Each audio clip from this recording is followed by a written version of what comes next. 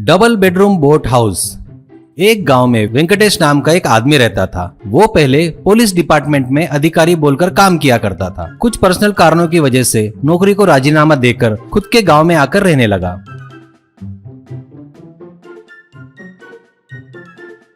उसका लक इतना खराब था, शायद उसकी 2 शादियां हो गई थी। उसकी पहली पत्नी का नाम ऐश्वर्या था, बच्चे भी थे। उनके साथ वो अपने पुराने घर में रहता था।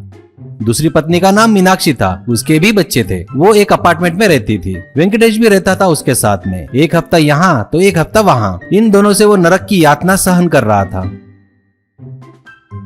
हफ्ते भर बाद वेंकटेश मीनाक्षी के घर से ऐश्वर्या के घर में आता था। ऐश्वर्या सुबह के 6 बजे आना पता नहीं क्या, उसके यहाँ तो 1 घंटे पहले भाग कर जाते हो। पहले पत्नी से ज्यादा दूसरी पत्नी को चाहते हो क्या तुम? छी छी, जबान दिए इसीलिए मुझसे पूछे बगैर उसे शादी कर ली ना तुमने। ऐसा बोलकर चिल्लाती है। ऐसे ही मीनाक्षी के घर जाते ही क्या बात है, वाह उसके साथ मस्त एंजॉय करके आ रहे हो क्या? चेहरा चमक रहा है। जब मुझसे प्यार किया था तब घर वालों को मनाने तक कभी नहीं रुके, उससे शादी कर ली। शर्म नहीं आई क्या तुम्हें? ऐसा बोलकर झगड़ा करती थी। वेंकटेश ब्याज से पैसे देने का धंधा करता था। उसके 2 असिस्टेंट भी थे। उनका नाम मोहन और रंगा था। मोहन ऐश्वर्या का भाई था तो रंगा मीनाक्षी का भाई था। दोनों के बहनों की आपस में बनती नहीं थी, पर ये दोनों अच्छे दोस्त थे और इनके जीजाजी बोले तो बहुत पसंद भी थे और उनकी इज्जत भी करते थे। इन दोनों को बार में ले जाकर इनके साथ पीकर वेंकटेश अपना दुख इनको बताता था। दोनों भी लोग जीजाजी को दिलासा देते और संभालते थे। वेंकटेश उनसे कहता है, यार मेरी जिंदगी ऐसी झंड हो गई है, क्या बताऊं। कभी कभी लगता है सब कुछ छोड़कर संन्यास ले लूं। ऐसा बोल के रोता है। मोहन चुप हो जाओ जीजाजी, चुप हो जाओ। ये जो समय चल रहा है ना, आगे जाके सभी समस्याओं का समाधान करेगा। लो जीजाजी और एक पेग ले लो। तभी रंगा, सांड जैसे हो, पुलिस डिपार्टमेंट में काम किए हो, फिर भी ऐसे रो रहे हो, ये ठीक नहीं है जीजाजी। वो बोला ना वैसे ही समय ही समाधान करेगा। एक पेग मार के चिकन पीस खाओ करके दिलासा देता है।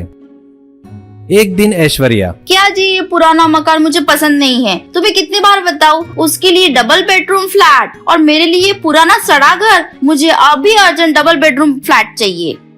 फिर मीनाक्षी कहती है, मैं आपको कितनी बार बताऊं, मैं इस घर में बोर हो गई हूँ। मुझे केरला में रहता ना वैसा बोट हाउस चाहिए। नई शादी हुई तब बोट हाउस लेके देंगे करके वादा किया था ना तुमने, भूल गए क्या? या वो मना कर रहे हैं? ये सब सुनकर पगलाया हुआ वेंकटेश अपने सालों के साथ बार में आता है। जो उसके साथ हुआ वो बताकर दुखी होता है।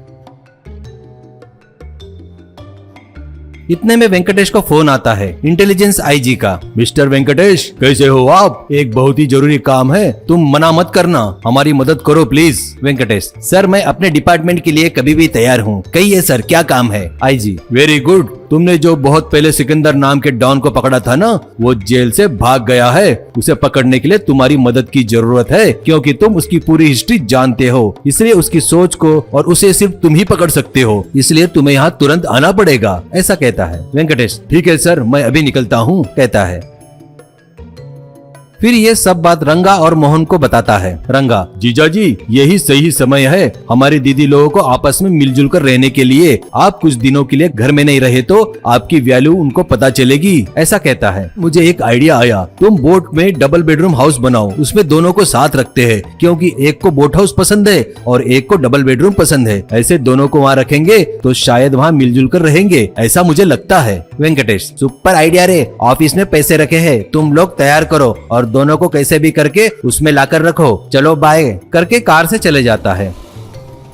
ऐसे दोनों लोग मिलकर डबल बेडरूम बोट हाउस बनाते हैं और बाद में ऐश्वर्या, मीनाक्षी और बच्चों को बुलाकर बोट के पास लाकर उन्हें दिखाते हैं। जीजाजी वापस आते तक आप लोग को वही रहना पड़ेगा, ऐसा बोलते हैं। डबल बेडरूम हाउस ऐश्वर्या को बहुत पसंद आता है। मीनाक्षी बोट हाउस देखकर उसकी खुशी का ठिकाना ही नहीं था। सभी बच्चों को भी बोट हाउस पसंद आता है। ऐसे सब लोग अभी मिलजुल कर रहने लगे। मोहन रंगा मिलकर उनको मछलियां पकड़कर देते, वो लोग पकाकर खाने लगे। कुछ ही दिनों में ऐश्वर्या और मीनाक्षी एक दूसरे के बारे में सब कुछ जान गए और अच्छे दोस्त भी बन गए। बच्चे भी अभी मिलजुल कर रहने लगे। कुछ दिनों बाद अपना काम खत्म करके वेंकटेश आता है और देखता है कि दोनों पत्नियां कितने प्यार से मिलजुल कर रह रही है। ये देखकर उसे बहुत खुशी होती है। इतना अच्छा आइडिया देने के लिए अपने सालों को धन्यवाद देता है और फिर सब लोग मिलकर उस डबल बेडरूम बोट हाउस में खुशी खुशी रहने लगे।